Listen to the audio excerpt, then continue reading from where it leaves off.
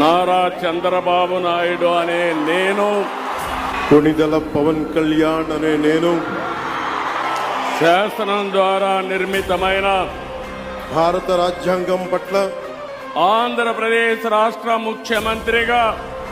ఆంధ్రప్రదేశ్ రాష్ట్ర మంత్రిగా నా కర్తవ్యాలను శ్రద్ధతో అంతఃకరణ శుద్ధితో నిర్వహిస్తానని